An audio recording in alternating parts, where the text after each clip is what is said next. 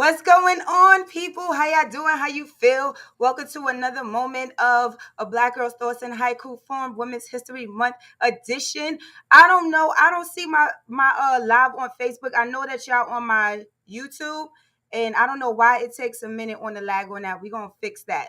But anyway, good afternoon, good evening, good morning, whatever time zone you in, and welcome to another episode. We out here doing a triple header. It's about to get litty. I got a dope special guest, and I hope that y'all share this, whether it's on YouTube or Facebook.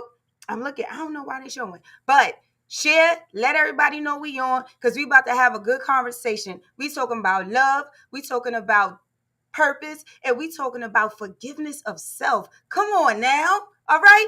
So without further ado, we're going to get this party started. Everybody can hear me good? Give me some thumbs up in the chat if y'all can hear me. Oh, it's on FB? Okay. Well, if y'all on FB, make sure y'all share. Because like I said, we got a nice compilation happening. 3 poems, first time happening, and with a dope guest. Okay? So, without further ado, oh wait, hi Miss Anita. Oh, you better share because your baby girl about to represent tonight. I am super excited if you have not realized, and I'm glad that my intro was lit today and everybody got to see it. I finally figured out I had to get this going. So we are going to start with the first one. But before we do that, let me introduce my special guest. All right, honey. Hi, Miss Anita. So this is Miss Anita's daughter. No. So who I have is, hi, Miss Denise. How y'all doing?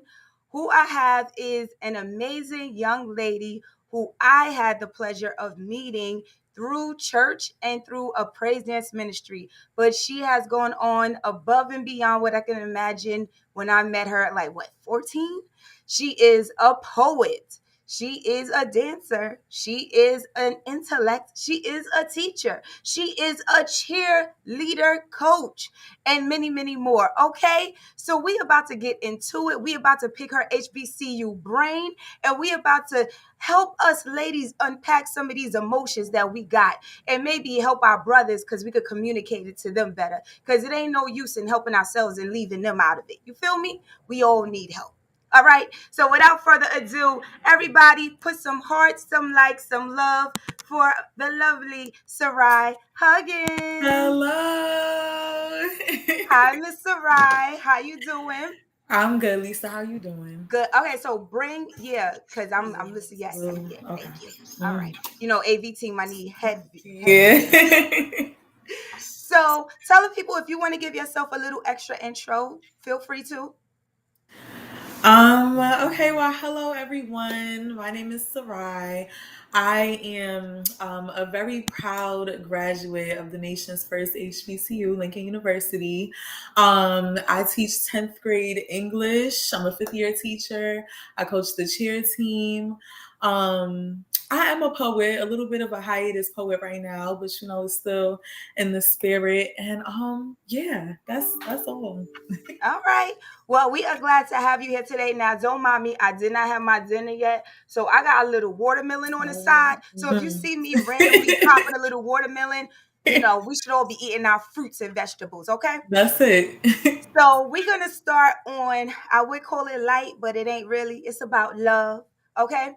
And if you haven't gotten your Black Girls Thoughts in Haiku Form book, hold on. Let me put that up there so y'all know where to go. All right. Y'all need to get this. It's a dope book filled with haikus. If you're not familiar with haikus, it's a dope poetic art form to get into. And I just want our people to get into the other cultures. You feel me? Because it is a Japanese culture. So the first poem we are tackling today is Struggle Loves Revered. If it's easy, it ain't real. The lies, oh, the lies. Okay? So, first of all, let me start with the first line. Struggle loves revered. What did you get from that one line right there? How do you feel about that one line, especially in the Black community? I just feel like even though this is the experience for a lot of us, I just want like us as a people to move away from feeling like all love has to be a struggle. Like I think there's like a thin line between struggle in love and then the love being a struggle itself, you know? And so, but because I think that that's something that's been carried from our generations, is kind of like em- almost embedded in us to feel like, oh well, like because I'm struggling with this person or because we've been through XYZ, it means that the love is real. And sometimes it is, but sometimes it's really not, you know? It's toxic. That's what it is. Mhm. So, where do you think that comes from? Because generationally, I know we have heard the old saying, it's better to have a piece of a man. Oh, child, it's better to have a piece of man than no man at all. You Right. grow up, especially the southern folks, they stick by their man. They be Rolling Stones and have 50, 11 kids on the side, but as long as they take care of the house, um, it's all good. No one talks about what else is happening. So, what do you think that came from? Where, particularly, our community is a ride or die situation, even to our detriment. And even though we use that ride or die terminology in our era, it really goes back. Like they were really riding and dying. They didn't have the social media to make them feel stupid. So they were more comfortable with knowing that, you know, Mr. and Mrs. Jones had a thing going on, and then he come home to Mrs. Robinson. So it feels like it's a generational thing. How do you think we could tackle that mentality that's been embedded for so long? How do we tackle it? I, As I far don't. as teaching younger now, our generation, what do we say to them to help them understand the difference between struggling while you're in love, because they're growing pains, and just love that's a struggle? Yeah. Well, I think there was a lot of truth in what you said a moment ago about like how in older generations the whole ride or die concept was much more literal, and I think a lot of that stems back to slavery and like and segregation and the breaking of families, and so we we were all that we had, and there were so many people who did not get the opportunity to carry on that love that they have for somebody, whether it be like their husband, their wife, their children. So I think that like our parents' generation and before that, like that's something that they cling to more.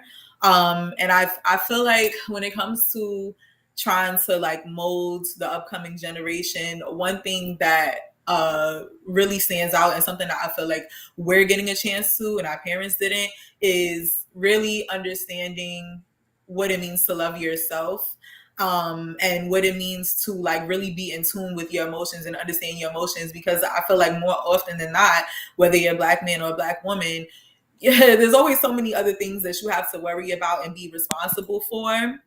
So it's just like um it is difficult to really get in tune with self because we are often taught to kind of like neglect ourselves because you got to take care of work, you got to take care of school, you got to take care of a family or whatever else it is. So I think learning how to lean into your emotions, even the ones that we deem negative, like anger and sadness, like they exist for a reason. Like God didn't give us these emotions if we weren't allowed to feel them, but it's about how you interact with it and how you pass through it. That part. And I like that you brought up the self love, because I feel like going back to our generation, the older generation, the women were taught that the man was the pillar. You had to be the backbone and hold them up. And then you had to take care of the kids, and you were last. So your feelings were never that important. So now when we're in love relationships where our feelings are hurt, we disregard it because we're more Mhm. concerned with how the man feels, stroking his ego, making sure that everything is calm in the house. We don't want to upset the husband. We don't want to upset the boyfriend. We want to keep this family. We want to stay together for the kids. The woman is making all these sacrifices while the man is, and it's interesting because we always hear men are not able to express their feelings, Yeah. but I feel like men are definitely allowed to move however they feel with the excuse of they're men, He's a right? man. Yep. So there's the grass is always green on the other side. So even though they may not feel like they express their feelings, they're allowed to do things that we're not, which causes us to disregard ourselves. So self-love, which we are imparting into now in this era, is very important to understanding not being, wait, say that how you said it, love is the struggle. Yeah, like there's struggle in love, but then Yeah. there's love being the struggle. I think that's what I said. Yeah. Yes, love is Hmm. the struggle. Yes, we don't want love to be the struggle. You know what Right. I'm saying? We all know that there's ups and downs, and where there are, people are combining two different personalities, and that's just hard in itself, whether it's a friendship, a work environment, or whatever. So we understand the growing pains that come with it. Now, the second part to the was, if it's easy, it ain't real. That's the other connotation that people put. Like, if everything is going smooth, everything is going right, we gel together, there's something wrong. Yeah. This is not going to last. Why do you think we have that mentality that when things feel good and easy, that it can't be real? This is too good to be true. I feel like there's so many gray areas when it comes to that because um I remember like some years ago hearing that when it comes to loving someone, like they say like, oh, like I really love him, like he gives me butterflies, but it's like genuine love or equally yoked love, like you shouldn't feel butterflies, you shouldn't feel nervous, like there should be a calmness in your spirit. Mm, And I feel like the older I get, like the more I'm in tune with that, and then okay. especially like in hindsight seeing how um those nervous feelings that you did get from someone, like it really did turn out to be way more toxic than it is seemed to be in the beginning. But um, I think like naturally, like no matter how much you feel like you click with someone, you cannot agree with them on everything. Right. So it's like, yeah, there's gonna be that conflict, but then it's about how you work through the conflict. So I feel like that should be easy because I don't know. I just maybe it's just something I haven't experienced yet, but I just do not think is healthy. Like if you just they don't never get on your nerves, y'all never have a problem. Like everything is just cool because there's such a thing as toxic positivity, you That's a know? fact. No, that's a fact. So like Somebody's everything is not lying. okay. Somebody's lying. Yes. No, I feel you. So I think people, like you said, confuse when you say easy that everything has to be going right. Easy just means that there's respect, there's boundaries, and everybody is appreciating the other person. That's what makes it easy. You can't stay mad for too long because you want to work it out. You want to stay Right. close with this person. That's what make it easy. Yes, they're going to get on your nerves, but it's easy to bounce back, unless it's something crazy. So I think people confuse it feeling easy with there being no issues. And I think if we can see those two things for what it is, then we'll be like, love is easy. You know what I'm saying? Yeah. And I like that you said about the butterflies, because there's this one song that I really love by India Ari, and it's called Steady Love. Like, And yes, and it's not about falling in love. It's like walking into the love with the person because you're just organically growing. And yeah. as I got older, like you said, I didn't want those butterflies. Like they say, that's the person you run from Right. because that's the person you have that anxiety with. That's the person you may give Hmm. too much of your power to. That's the person that you will be unbalanced with. So I feel like people who are dealing with love, and we got some married people in the chat. I know that y'all could let us know that there have been things that going on in the marriage where it was hard, but the love is still easy. You know what I'm saying? So if anybody want to give us any advice on that, let us know. All right?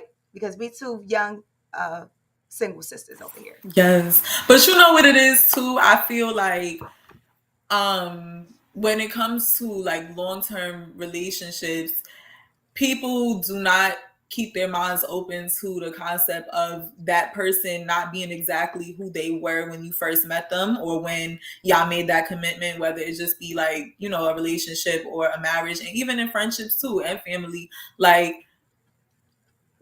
people cannot uh they have, like, sometimes they have a hard time grasping like who it is that you become, Become.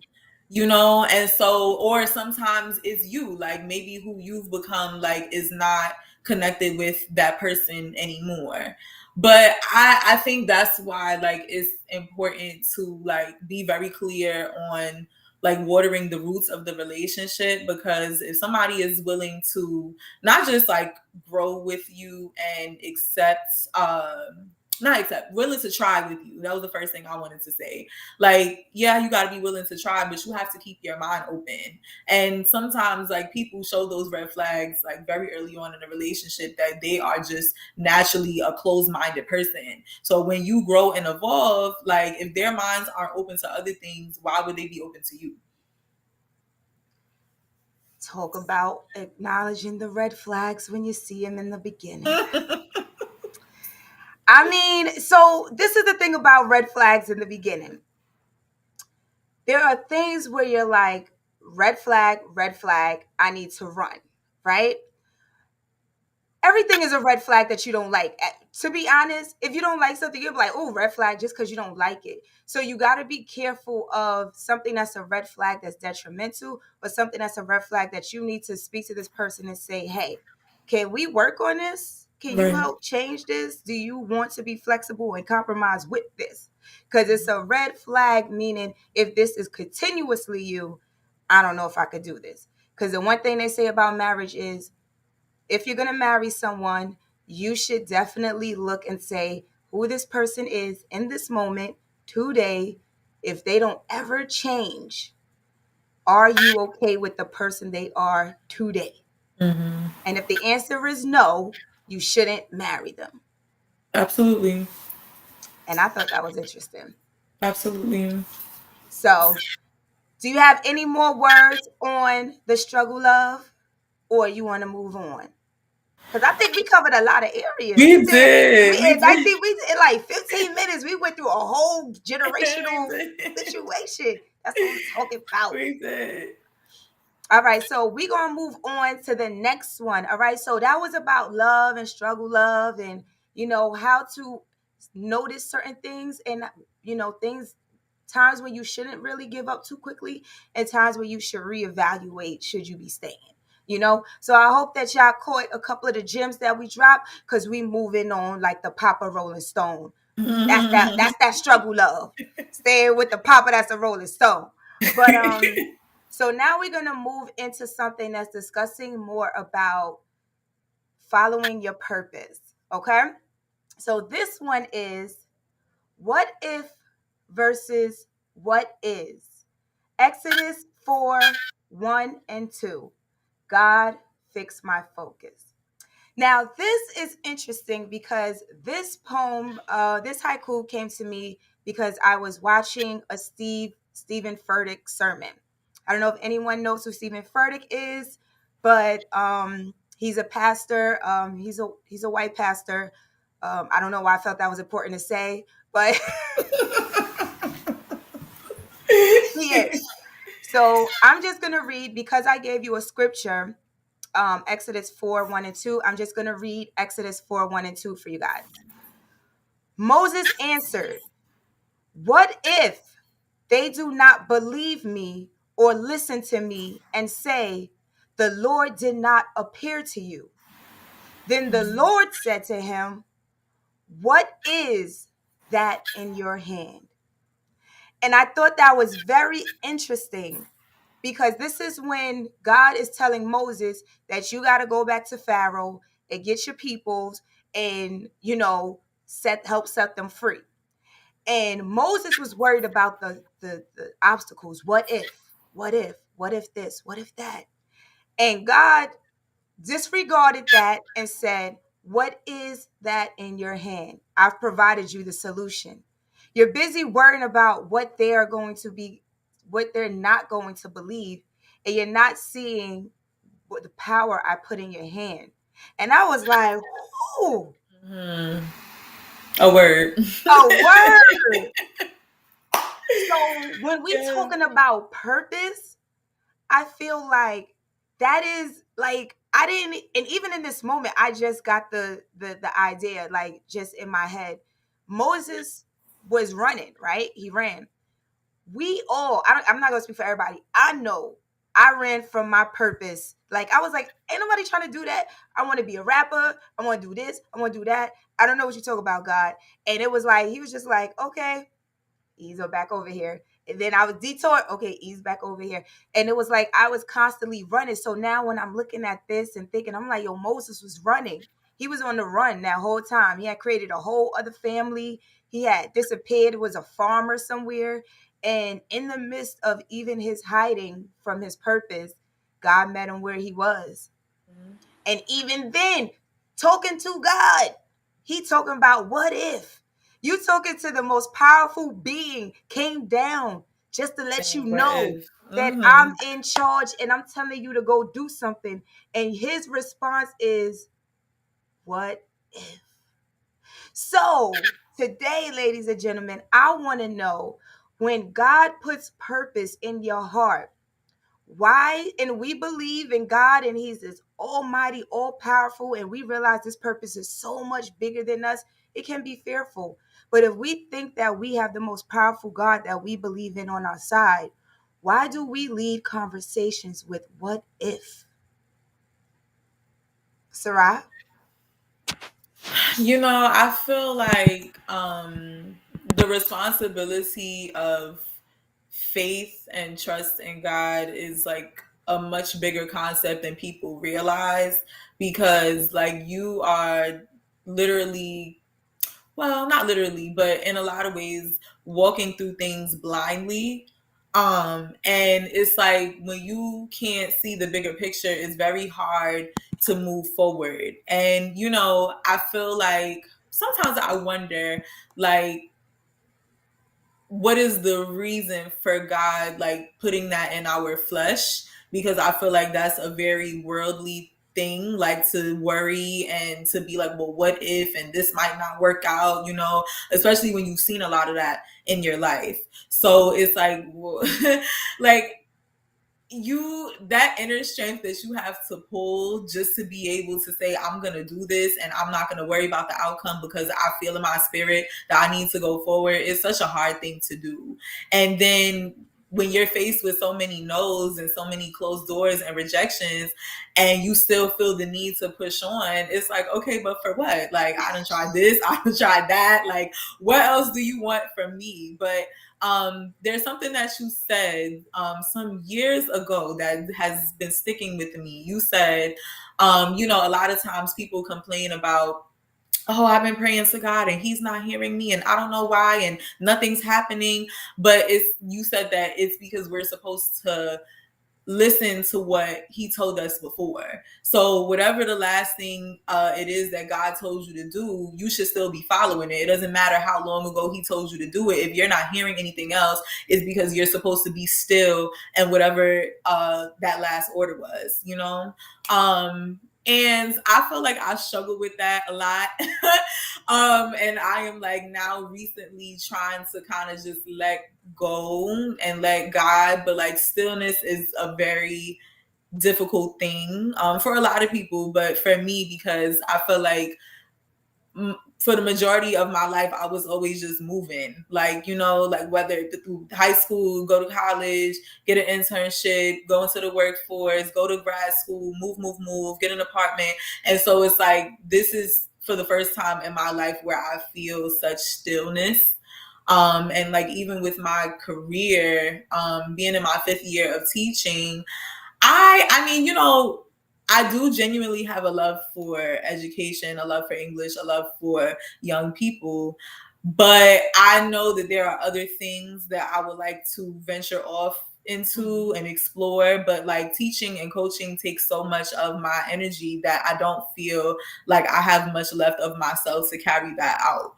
And, I've contemplated leaving and what I'm gonna do. Should I go to another school? Should I do this? Should I do that? But I feel like things have not been flowing the way that I wanted them to, because I'm still meant to be where I'm at. And I battled with that for a long time, because it's like, I feel like I'm ready to move on. Like, so where's the bridge? Because my mom said that, like, even though there needs to be work in your faith, when something is for you, like when it's ordained by God, like there's not gonna be all that struggle. Like there's gonna be the work, but it shouldn't feel like that. So I guess I say all that to say, I don't know what the question was, but I hope I answered it. I went off. I lost my chain of thought. But No, you good. Nah, you good. yeah. We were basically just saying why people are afraid to Yeah. for of that what if. Like, so what you were saying, I wanted to touch on that because you said I was doing this, I got this, I got this. It's all the eyes, right?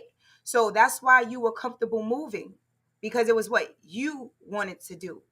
But when you start having to do or desiring to do what God wants you to do, The problem. that's when the stillness happens. That's because Mhm. if it's me, I'm moving all day. I know what I want to do. I know how, for me, which way I want to get there. Yeah, I'm moving. So I just want to share really quickly, because you mentioned about the job and stuff. So now it's almost like 10 years ago, I was at this job, my last previous job from where I'm at now. And I was there for about 5 years and it was cool. Then the last 2 years was trash, because there was a situation going on, and it became a toxic environment, even down to my boss. It was crazy. And literally I would be crying in the bathroom. Like, that's how bad it was. And not because like somebody hurt my feelings. It's like, yo, I feel stuck here. Mhm. I can't retaliate. They playing in my face and I can't do Mhm. nothing about it but just sit and do my job. God, do you see me? Right?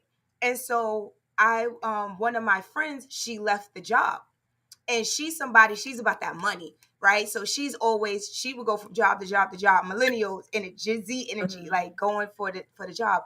And she would call me and she like, Jay, I got this job, give me your resume, da da da. And I'm like, uh I don't. Oh, here go my mom. I should have called her.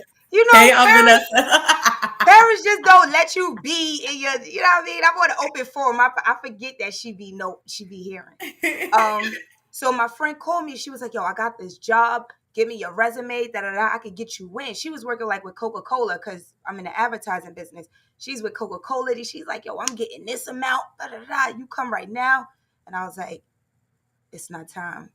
Mhm. And as miserable as I was turning down opportunities because I was listening to my spirit. Because every day I was going to work, the only thing that get me through was listening to TD Jake sermons all day, headphones, work. That's it.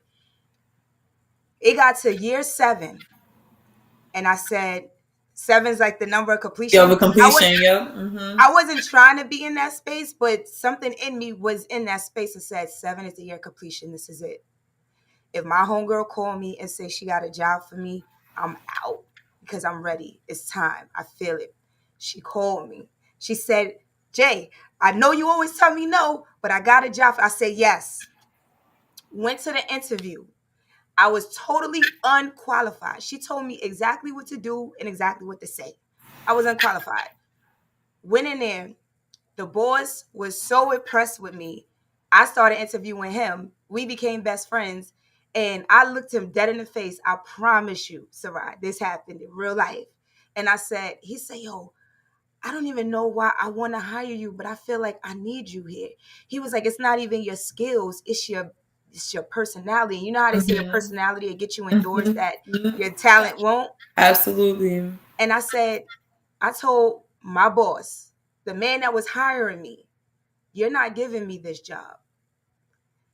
You're not in charge of this. And he looked at me and I was like, I know you don't understand what I mean. And he said, I think I do.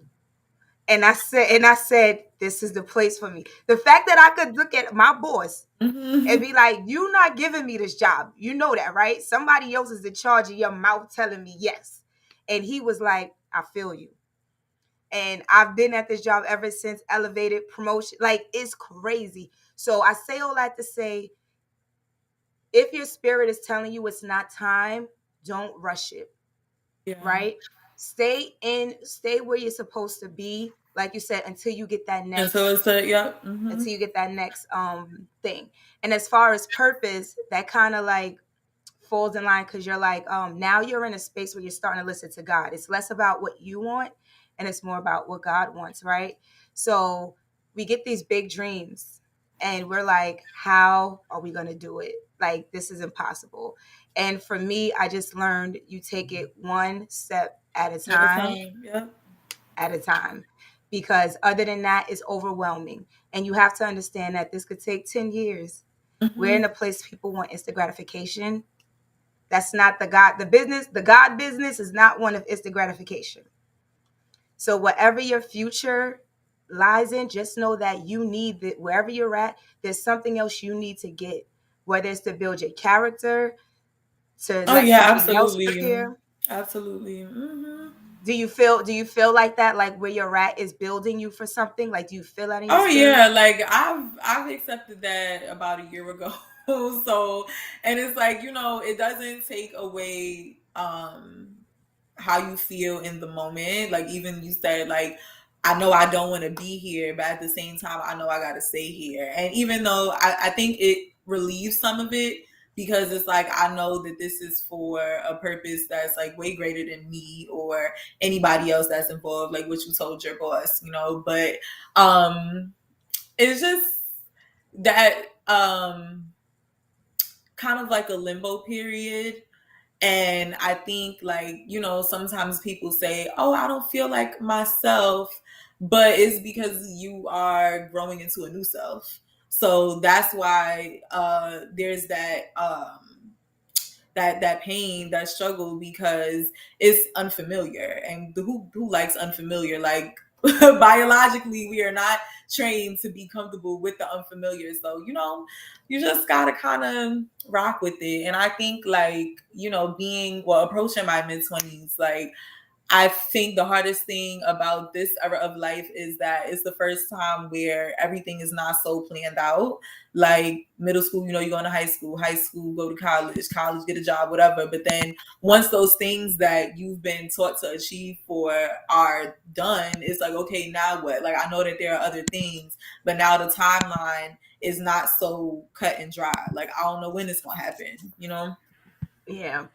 And one thing I want to mention, because the last line in the haiku is, God fix my focus.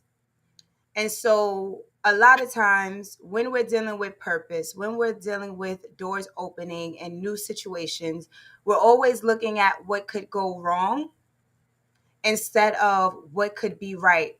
We're always looking at what we are lacking as opposed to what we have that we can build on to be um, eligible for this. Like I said, I was not qualified for the job. However, what I did have was quick learning skills, great social skills, the ability, like, you know what I'm saying? And I made that work for me. And now I'm a supervisor. You know what I'm saying? Yep. So you have to understand your purpose is not going to come to you in a pretty package, and it's not going to come for you laid out, and you're going to have to put in some blood, sweat, and tears, and there's going to be a lot of doors that open for you that you are not supposed to walk through because you're not supposed to It's belong not. there. Yep. Hmm. But you have to know that you belong there because this is part of your purpose, and you have to stand in that. Don't shy away from it. Don't shrink. And whatever you got to do, you go in the bathroom like I did, and you talk to God, and you muster up whatever strength you got, and you get out there and put that face on. Yep. You know what I'm saying? Until you could push through. So anybody that has, oh, go ahead, go ahead. Oh no, and I was just gonna say, like, my mom always shares this with me. Like, you have to oh my gosh, I feel like I just lost my train of thought. Oh, um I'm gonna scrap it. It'll come back. Oh, okay. Yeah. Well, for anybody that is dealing with purpose, purpose is a scary thing because it's usually the opposite of what we feel like doing. Mm-hmm. So, did it come back? Yes. Go ahead. Building character. Like, because a lot of times we are dealing with the same things through life. It just looks different. And so my mom always says, like, it's just preparing you for the next time because you're going to see it again. But it's like from building that strength, from building that character, when you see it again, it's not going to shake you up the way that it did because your body is already familiar, like that muscle memory. I already know what this is. I know how to deal with it. I know how to power through it.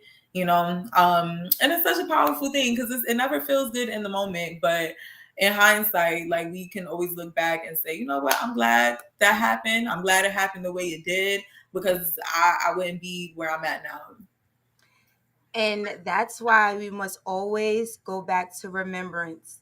There's a scripture I can't remember, but it says, meditate on those things which God has already done, those things that are good. A lot of times we get through things and we're like, oh, thank God that He got me through, that He saw me through that. And then when the next thing happens, we forget that He's brought us through this You did it similar already. situation already, and we freak out again. So it's kind of like, well, where's your faith at, really? And so, like any muscle, you just have to work on it. It's just that you have to be aware and quickly shift, fix your focus. So, if you're walking in your purpose and, to the left of you, it looks crazy, to the right of you, it looks crazy, fix your focus straight ahead. You know what I'm saying? Because purposes are usually big, purposes are usually hard, and purposes are usually things that you've been doing all your life and don't even realize it. You're just going to be expanding on another level, which will make you have to learn new things to make it bigger than it is. And sometimes like those things happen because we are a vessel for someone else, because I feel like we forget that too. Like, yeah, things are happening for my purpose, but we're also a part of other people's purpose. So the wisdom that you have or the experience or even just like you said having the personality, the natural social skill, like it can do so much for somebody else. That's a fact. And as far as purpose, just really quick, because like I said, I wanted to be a rapper, right? I wanted to do all that. I was in the at the Jay-Z shoots and the T.I. videos and all of that, and in the studio lived a certain lifestyle. It was great. And I was like, yo, why did I always wanted to perform in front of like this big amount of people, right? But I learned so many skills. I learned editing skills because I used to edit my own sessions when my boys didn't want to edit. My performance skills were on par, all these things. Now my purpose had become in the ministry, the dance ministry. The biggest place I ever performed was with the praise dance ministry at the Gospel Fest. So it was like I wanted all these things with rap, but it came through my purpose. But all those things I learned through music is what allowed me to bring a different and fresh energy that got us to the McDonald's Gospel Fest with the choreography. It allowed me to talk to y'all when I used to hear some of y'all say, oh, yeah, this artist is dope or this rap. And I was like, girl, it ain't what it looked like. And y'all could believe me because I was there. But if I had never took that path, if I never took that detour, then I would just be another adult that's trying to tell you like, oh, something is bad for you. You know what I'm saying? With no context to it. So it was like it allowed me to step into that mentorship with credibility. Mhm. And I never would have connected being in the rap industry with praise dance ministry, but it It all matters. came together, yeah. And that's what I want y'all to understand. Everything that y'all go through, everything that y'all do, it all matters. Nothing is a coincidence. Nothing is wasted. Everything you've learned, you've done, you've been through, the no's, the yeses, the silences, all of those things matter. Please pay attention to y'all lives, y'all. Please, I'm begging y'all, pay attention to the patterns of your life. There's so much in between the papers and in between those lines, and we don't see them because we're just moving, doing what we want to do in life. Absolutely. Any other words on fix my focus? Um, I just think, the biggest takeaway from that is in life there's like so much resetting, and I feel like we got to move away from thinking like, oh, I just, like you said, oh, I just had a big reset, why is this happening again? But like there are many rebirths in life, and in different aspects of life too, so Yeah, you that's should have my been here for closing statement. last week where we was talking about the I rebirth know. process. Yes. But so we're gonna go on to the next. Oh, what is that? All right, so we're gonna go on to the next part. And I found this other feature, so I'm hyped. So when y'all write something, I could show y'all messages. It's not showing no more. Oh, okay, there we go. So I'll show y'all messages. If y'all leave comments, I'll be sure to put it up there so that we can see what y'all saying. So Ms. Denise told you, be still for now, knowing that bigger and better opportunities are coming to you, Sarai. So stay Amen to focused. that. Who is this? Oh, hey, Ebony. She Hi, said, Ebony. I love how you made the connection on what you wanted and how God still gave it to you in just a different form. And yes, when it comes to purpose, sometimes we have an idea of what we want our life to, we're supposed to wrap this up, but we have an idea of what we want our life to look like. So when it doesn't look like that, we feel like we can't get those things we thought we wanted in life. But if we actually follow the path that we should be on, we get it in abundance and more. You know what I'm saying? Like the lives that I've touched with the youth, I can't compare that. You know what I'm saying? So I just appreciate the path that I'm on. And neither one of us are done yet. Right? No, the best is yet to come. Hey. And with that, we're gonna go on to the last poem of the night, the last haiku. I guess it is a poem. I don't know why I feel weird calling it a poem. I call it a haiku. But it's a difference. So now this is a good one, y'all. I've forgiven me. You don't have authority over my freedom. Mm.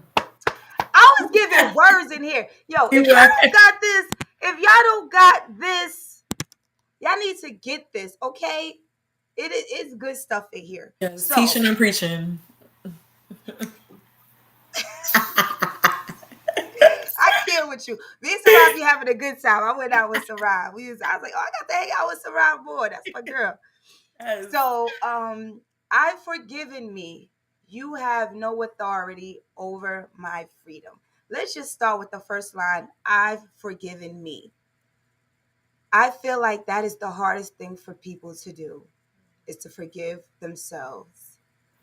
That's why people won't acknowledge things. That's why people are angry. That's why people walk around with guilt and shame because they just can't forgive themselves for whatever has happened. And I was one of those people that was harder on myself than anybody else. Like I could do something and I would really sit in shame. And somebody would do the same thing and I would give them all the grace. Like, well, you're human. I understand. And I was like, why can't I do that for me? And I realized there was a lack of self love there. And when you don't, when there's, and I don't mean I didn't love myself. When I say lack of self love, it's in the sense of giving the grace, allowing myself to be human, you know, removing society standards on me as a woman, as a black woman, and saying, I deserve to be able to make mistakes too. And then that's when I started being able to say, you know what, that was wrong. You make amends, and then you make amends with God, you make amends with yourself, put it to the floor. Why do you think, and do you or have you ever had an issue with forgiving yourself? Oh yes, all the time.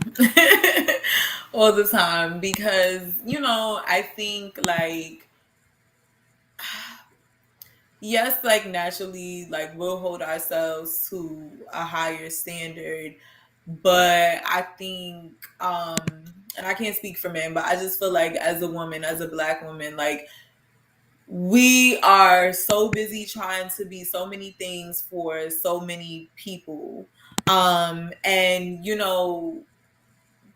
we carry a lot of other people's burdens as well. So it's like when, let me bring it back. When you are so worried about other people and the duty that you have to them, like you neglect yourself. Because I think it's like, well, I know for me, I think about my family, like my immediate family, and then also my ancestors. Like, there's so many opportunities that were not given to them. So I feel like it's my responsibility to do more or do the things that they couldn't be able to do or do the things that they worked so hard for me to be able to do. So when I can't do it, it's like I feel like I'm failing or I have failed, Mm. and I think like there's so much power in allowing yourself to be free, but I think the barrier between that is being honest with ourselves, because people always say, oh, the truth can set you free, and it's like I used to think of that as like the outer truth, but it's also for the inner truth, if not more for the inner truth. Like, yeah, you may need to hear something and it becomes like a tough pill to swallow, but then like what about the truth that you're having within yourself? So if you can't do that, then how are you going to be free? Like, you're always going to be held captive in the mind. Mm. That's all it is. The So mind is game. mine. That's Yep. the hardest fight is the battle, the war within yourself. They always say the hardest battle is the fight is the war within yourself. And the battle of the mind is so tricky because you don't have to be a schizophrenic when I say this. Everybody hears multiple voices. Like, let's just be clear. It's not a schizophrenic thing. You have your thoughts, you have subconscious thoughts. You have, if you're spiritual, you feel like you're trying to get an outer thought. You have other people's thoughts and their voices are playing in your head. You have these negative, like, do you know how many thoughts are going on in your head that don't even belong to you? That are telling you you're not worth it and you're not worthy. And people have a hard time clearing that to find their voice. So a lot of times when you hear people speaking about themselves, sometimes it's not even their voice. When they're saying, I'm too fat, I'm too ugly. Actually, they thought that they were beautiful size until somebody else told them, girl, you look kind of fat. You think you don't need to lose weight? So now their voice that they're using is coming from their body, but it's from somebody else's mind. And Yeah. so if we are doing that, how could we ever be in a place of forgiving ourselves if we are not even tapped in with our own voice, our inner voice? So, like Ms. Vanessa said, we worry about the wrong things. We do. Because if we, hi, Aunt Janice, if we understood that everybody makes mistakes, if we understood that the truest voice is your internal voice and everyone around you, you don't have to let every other voice permeate you. You can learn to be kinder to yourself. Mm-hmm. It's amazing how mean we are to ourselves. Mm-hmm. Like, I was really mean to myself, like, I would berate myself for the smallest mistake because I felt I wasn't allowed to make those. And it was because of external situations that may have caused me to adopt that energy. You know what I'm saying? So I think the first step to forgiving yourself is to learning how to block out external voices, allowing them to influence your thoughts, and making sure that you are connecting that inner with your spiritual space. Because I feel Yeah. like I wasn't able to forgive myself until I connected with something else that helped me weed out. And that's just because I personally was just so hard on myself, anxiety, all that stuff. So it was hard But for me you, to do it on my own. yeah. And you know what it is? Like, I think one of the roots of that is really knowing who you are. Because if you have no sense of self, then you have nothing to connect to. Because I know you spoke a lot just now about, like, looking inward and like cutting out all those other voices. But if you don't know who or what you're looking inward to, then you're just floating down the abyss, you know. Bringing And it hey, back to mama. self love. Bringing it back to self love. Like, Yes. people don't realize it definitely comes back to self love, um, God Like, love, knowledge of self, though. Like, being aware of who you are, who your you triggers, are. your good, the Yeah. bad, the ugly, all of that. Yeah. And I just think like so many people there's like a disconnect when it comes to emotional intelligence, because I feel like generationally, like we've been taught to be kind of stoic when it comes to a lot of things. Not that we didn't show emotion at all, but it's like, for so much of our history, like there was no time to look within. There was no time to dwell in sadness or in anger. And if you were gonna dwell in it, like there had to be some action behind it, but not really uncovering that trauma. So it's like if we didn't see our parents, our families do that, or the people that we know do it, then it's just like you have no example of it because it hasn't been done. That's a fact. So we definitely need to see our parents. We need to, that's why these conversations need to happen with the parents, in the house. We know y'all don't got to tell us all y'all business, but being a little bit more transparent and open so that we see that it's not just us allows us to find grace, because sometimes it's hard for us to forgive ourselves because we're looking at these strong figures and we're like, well, we don't see that in them, so there must be something wrong with me. So what is this? I can't even go to her because she don't even act like this. You know what I'm saying? So the next line in it is I've forgiven me. The second line is you don't have authority. So the reason I'll just read the last part with it. You don't have authority over my freedom. So the reason I put that along with I've forgiven me is because a lot of times people know how to emotionally manipulate you. Mm-hmm. And one way to emotionally manipulate you is if you are apologetic, if you have done something to harm someone and you've taken accountability, but for whatever reason, that person wants you to sit in it whenever they feel like it, whether y'all could be good and then one day they're annoyed with you and want you to remember, they'll bring that up just to make you feel horrible. But if you, and you'll again be trapped in that person that you were when you did that. You'll feel like that's still you. You'll live back in that moment and you'll be like, Mm-hmm. I'm a bad person, even if you've elevated and grown from it, because you're still like trapped. You're like their prisoner in a sense. Yeah. So when you go ahead. No, and I was just gonna say too, like one thing my mom always taught me, I'm always calling my mama, yes.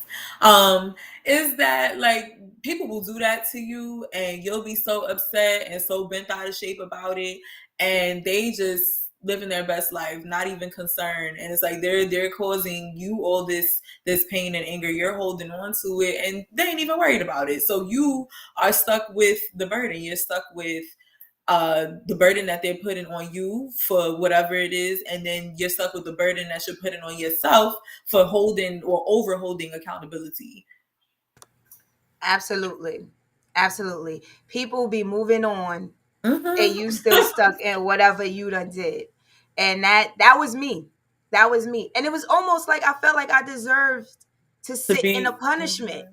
It was the weirdest thing. And that's when I say I was mean to myself. Like even when I felt I was feeling good or I was like, yo, you don't deserve that because you did this. Sit in sadness again. And that was a negative thought. And people might call it like, the devil trying to keep you down, whatever. But it was a negative thought and it had hold of me. So you have to pay attention to where your thoughts stay.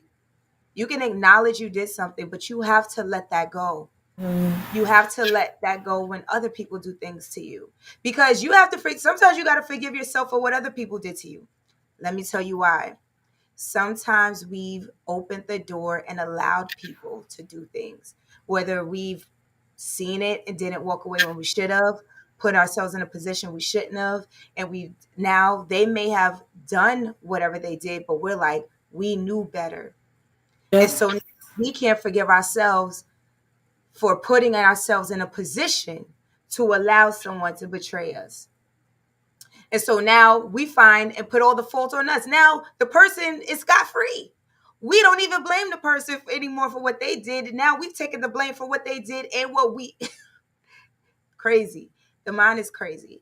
So forgiving yourself is breaking yourself not just free from any guilt or shame you may hold on yourself, but allowing yourself to not be held prisoner by other people's standards.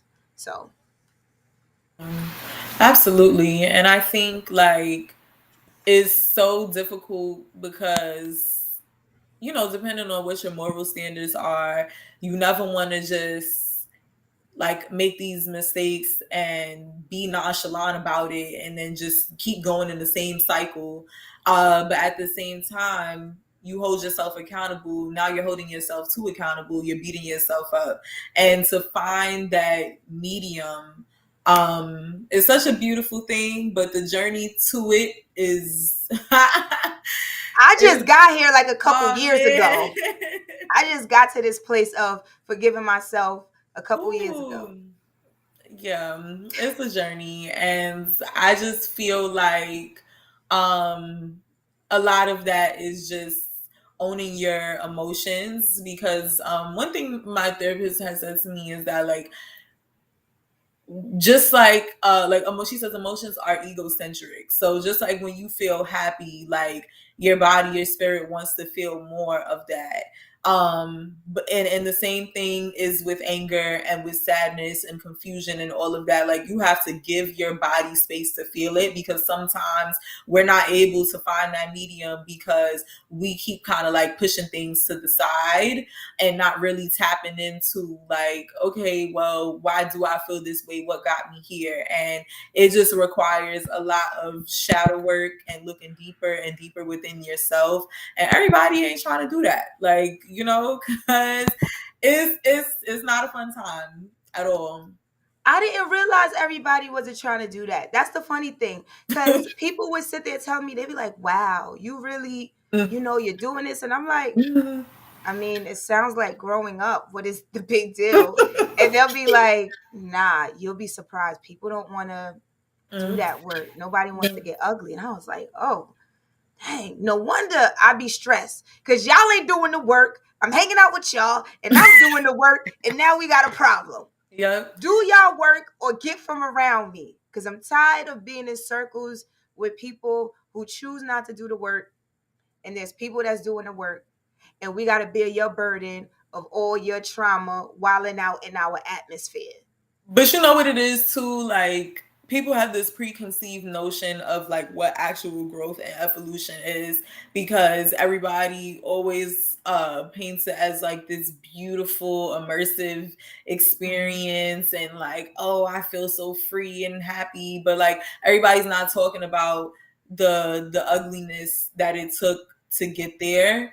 And the fact that so many people are not in tune with building themselves or tapping into themselves, there's not always really anybody to talk to about it. And so it's like when you don't have that skill set on like how to really get through it, and everybody's just like, oh, whatever, we just gonna keep moving forward, we gonna forget about it, or I'm gonna just sit here and blame myself all day. Like how are you gonna, the same thing I was saying before about like not having that example to lead you through. And I like what you said too, like noticing the company that you keep, and also realizing that people can't always play certain roles in your life. Like y'all can be cool, y'all can have a connection, but it's like it's hard to find somebody that is able to not so much build you up spiritually, but like allow you to maneuver spiritually and then also have that maneuvering in their spirit. People get very comfortable with being stagnant, because there's a difference between being still and stagnant. And a lot of people are comfortable with stagnant. Oh, facts. Sorry, airplane was coming by, so I was like, let me mute myself. Ms. Vanessa believes the company you keep is extremely important. Yes, because when you're in a process of learning how to forgive yourself, like we said before, there are people that even though they're in your circle, don't want to see you grow. Mm-mm. And when they see that you're moving towards more of a positive space, they want to just do things to keep you down. And you have to be cognizant of those things. And that is a part of self love too, setting boundaries with other people and understanding that they may not be good for you, even though they were good for you at a different season. It's hard to Mm-hmm. deal with that because these are people you probably love. Um, oh, they like that one. See, Nah. the older folks know the older you No. get, the Mm-hmm. smaller your circle get, and that's a whole fact. That's a whole fact. Anything else about forgiving yourself that you want to leave the people with? Something they should know or remember that may help them in their forgiving themselves journey. Some people have to forgive themselves for how they treated their children. Some people have to forgive themselves how they treated their spouse. Some people have to forgive how they treated a friend. And it can be hard, especially if you don't have the closure. If you do Yeah. something and the person just leaves and you never get to make it right, oh, that's a whole other situation. How do you Mm. forgive yourself? Because a lot of people live on closure. So, what do you do when you can't apologize to the person that you hurt? How do you forgive yourself when you don't even have that closure? Some people feel like they can't forgive themselves until they get that closure. What do you think about that before we wrap it up? That's something that I used to struggle with a lot. But I think that it just takes time, because even now knowing um how circling back to what you said earlier about it being a day by day process, it still doesn't take the pain away from the situation itself. But I think acknowledging that and accepting it, there's so much power and it kind of propels you forward. And sometimes, stillness can be very, very lonely and very confusing, but there's also a lot of clarity in it because now you're able to sit with yourself and you're able to be outside of the situation to see what was going on within and be like, all right, like I have to forgive myself and understand that what's done is done. You cannot keep crying over spilled milk. And just move forward because another thing you said earlier that I wanted to touch on too is that we're so focused on the what if it doesn't go wrong and what if, but what if it does go right?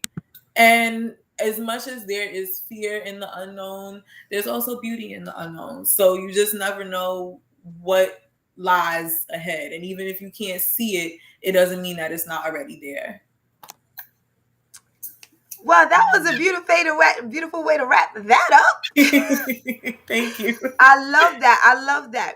So since we already, oh, what's up, Domo? So since we're on here, what I'm gonna do is I'm gonna put in the group chat. I put down here. Since this is a one time only. I put the link in. I'm only gonna take a couple because we are already at our hour mark. But if you could get in within the next 3 minutes, click that click. I'll put you on, and you can tell me if you have anything to add to any of the three poems that we discussed. Like I said, I'm only waiting 2 minutes. If you're gonna do it, you better tell me that you clicking on the link, or else we're gonna wrap it up, and then it's just gonna be a wrap. All right. So, is there anyone? If you interested on coming on, put yes in the chat. If I don't see a yes, I'm gonna just assume that we good to go, and me and the HBCU cutie pie is gonna call it a night. All right. Do you see anybody say, oh, what's up, Dom? Okay, so Domo said, what's done is done. Move forward, serenity. Facts on facts on facts. I had a hard time with that. I don't know if you want to call it perfectionist or whatever, but I used to have a hard time with that. But I've arrived. Miss Sarai Huggins, it was amazing to have you on this show. I hope you enjoyed yourself because I I totally did. yeah. It was so much fun. Thank you for having me. It was an honor and a pleasure. And are you going to be Yes. doing your podcast anytime soon? What's up? I'm putting you on the Yeah, spot, right? man. Yeah, I think like there is kind of like a perfectionist approach that I'm taking to it, but I am slowly arriving to the place of just letting it be, Mm-hmm. and raw and uncut. So I ain't there yet, but I'm making my way. Okay. All Yeah. right. Well, we'll be all here waiting for you so that we can listen to your podcast and hear all the things that you have to say, Black Girl Magic. Yes. Thank you, Lisa. Yes. So my mama said she was trying to get on. She having a struggle. We not Oh, gonna be waiting. I, Listen, what happened? Uh, she may be having issues. If you on the iPad, I don't know. It may not work on the iPad. But we are going to be here again. Well, I'm going to be here next week. Don't know if I'm going to have a different guest. If anybody is watching this and want to be a guest on here, feel free. Black Girl Thoughts in Haiku form. We out here dissecting things and paralleling it with our everyday lives. And it's been amazing thus far. If you haven't seen the others, go back to my Facebook or YouTube and just look at the other episodes. You feel me? So in the meantime, in between time, enjoy the haikus of your life. And don't forget, purchase the book and the merch at design2create.org. Okay, wait, bring it yes. back. All right. And I'm going to leave y'all with my dope intro, outro. All right, ladies and Hey, come on, gentlemen. outro. Yes. Peace, y'all. Wait.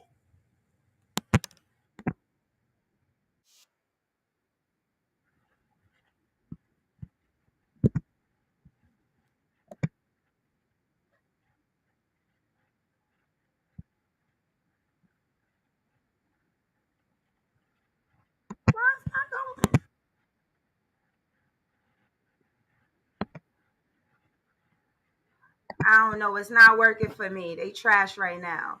All right. They messed up my whole vibe because I was doing good. Well, y'all still here, so I'm going to play it again. And I just edit that.